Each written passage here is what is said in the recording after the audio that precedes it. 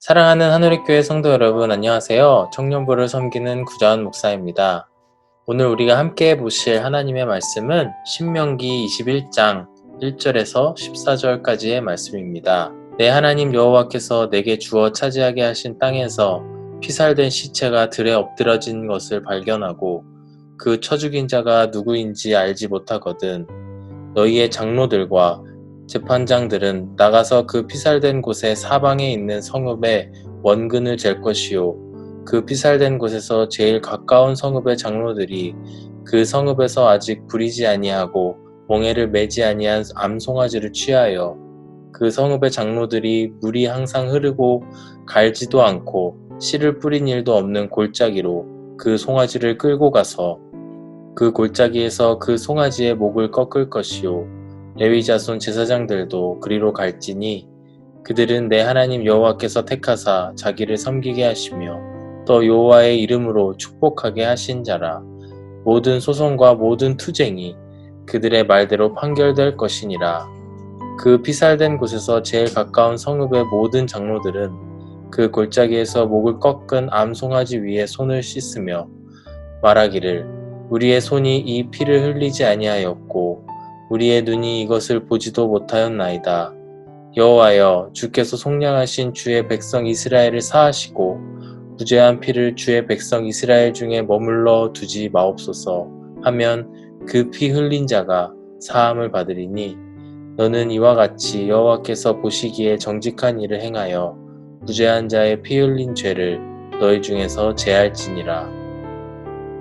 내가 나가서 적군과 싸울 때에 내 하나님 여호와께서 그들을 내 손에 넘기심으로 내가 그들을 사로잡은 후에 내가 만일 그 포로 중에 아리따운 여자를 보고 그에게 연연하여 아내를 삼고자 하거든 그를 내 집으로 데려갈 것이요. 그는 그 머리를 밀고 손톱을 베고 또 포로의 의복을 벗고 내 집에 살며 그 부모를 위하여 한 달 동안 애곡한 후에 내가 그에게로 들어가서 그의 남편이 되고 그는 내 아내가 될 것이요. 그 후에 내가 그를 기뻐하지 아니하거든 그의 마음대로 가게 하고 결코 돈을 받고 팔지 말지라. 내가 그를 욕보였은즉 종으로 여기지 말지니라. 오늘의 본문을 보시면 크게 두 가지의 내용을 포함하고 있습니다. 우선 1절과 9절에서의 말씀은 죽인 자를 알지 못하는 살인사건이 일어났을 때 그 일을 어떻게 처리할 것인지에 대한 말씀이 나오고 있습니다. 그 후에 10절과 14절까지의 말씀은 전쟁 후에 얻게 된 여자 포로를 아내로 삼는 그런 규정에 대한 말씀을 하고 있습니다. 우선 죽인 자를 알지 못하는 살인사건에 대한 율법을 먼저 살펴보겠습니다. 간단히 정리하면 우선 그런 사건이 일어났을 때에 장로들과 재판장들이 그 피살된 곳에서 각 성읍까지의 거리를 재게 됩니다. 그리고 그곳에서 가장 가까운 성읍의 장로들이 아직 부리지도 아니하고 멍에를 매지 아니한 암송아지를 취해서 그 암송아지를 데리고 물이 항상 흐르고 갈지도 않고 씨를 뿌린 일도 없는 그런 골짜기로 송아지를 끌고 가서 그 송아지의 목을 꺾어서 죽이고 하나님께 기도드리라는 것입니다. 오늘 말씀을 통하여 우리는 하나님께서 왜 이렇게 까다로운 과정을 거쳐서 누가 저질렀는지도 모르는 사건에 대한 뒷수습을 하게 하셨는지 그 이유를 묵상해 보았으면 좋겠습니다. 오늘 본문을 통해서 배울 수 있는 그 첫 번째는 하나님께서는 누가 저질렀는지를 떠나서 죄 자체를 심판하신다는 것입니다. 부리지도 아니하고 멍에를 매지도 아니한 암송아지란 그 성읍의 입장에서 보았을 때에는 앞날이 창창하고 매우 소중한 재산 중의 하나입니다. 더군다나 암송아지라고 한다면 앞으로 그 송아지 한 마리를 통하여서 많은 송아지를 또 낳을 수 있는 큰 잠재력을 지닌 그런 재산입니다.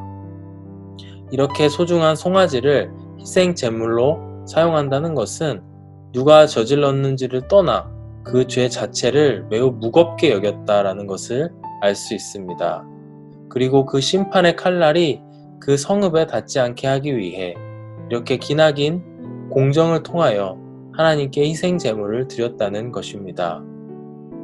두 번째로 우리가 배울 수 있는 것은 이스라엘 민족이 이러한 죄를 공동체적으로 해결했다라는 것입니다.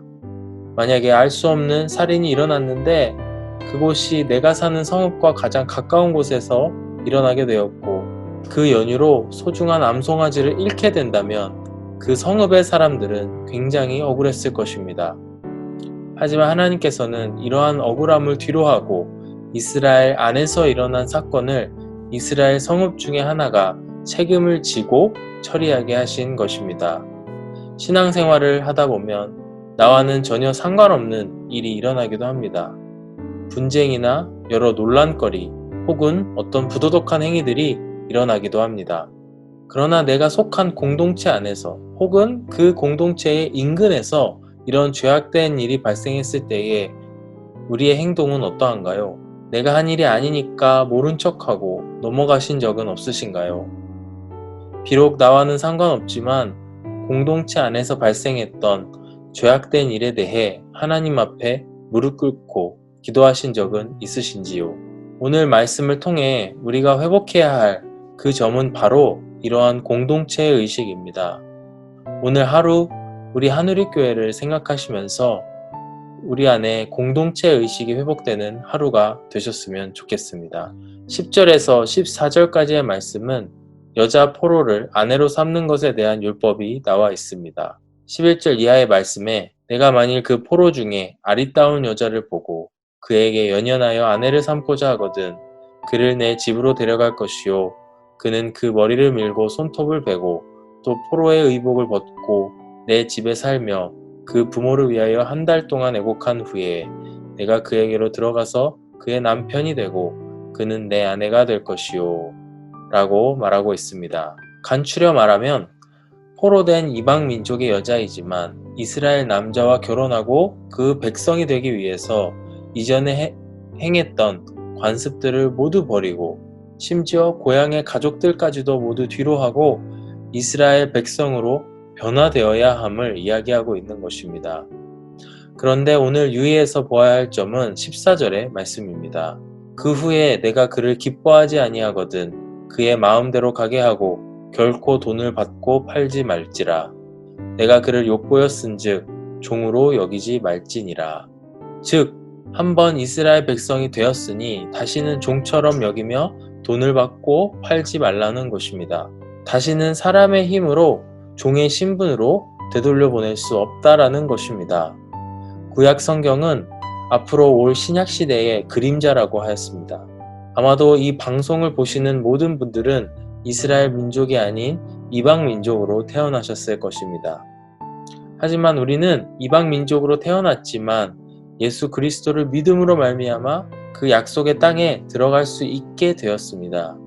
그런데 그 누가 우리를 그리스도의 사랑에서 끊을 수 있겠습니까? 사랑하는 여러분, 오늘 말씀을 하나로 연결하면 이렇습니다.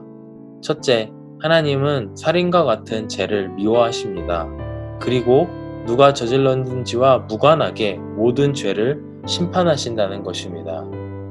두 번째, 우리는 공동체 정신을 회복해야 됩니다. 특히나 죄에 관한 부분에 있어서는 우리가 저지르지 않은 죄라고 하여서 모르는 척하는 것이 아니고 공동체 안에 죄악된 일이 있었다면 서로 먼저 하나님 앞에 무릎 꿇고 나아가야 한다는 것입니다. 마지막 세 번째로 이러한 죄악 가운데 태어난 우리지만 그리스도의 희생으로 구원을 받았습니다. 이런 우리를 그 누구도 능히 하나님으로부터 끊을 수 없다는 것입니다. 사랑하는 여러분, 오늘 하루도 우리의 죄를 사하여 주신 그 하나님의 사랑을 기억하시길 바랍니다. 그리고 구원의 확신이 샘솟는 그런 하루가 되셨으면 좋겠습니다. 오늘 하루도 그 하나님의 사랑을 기억하시는 여러분 한 분 한 분 되시길 주의 이름으로 축복합니다.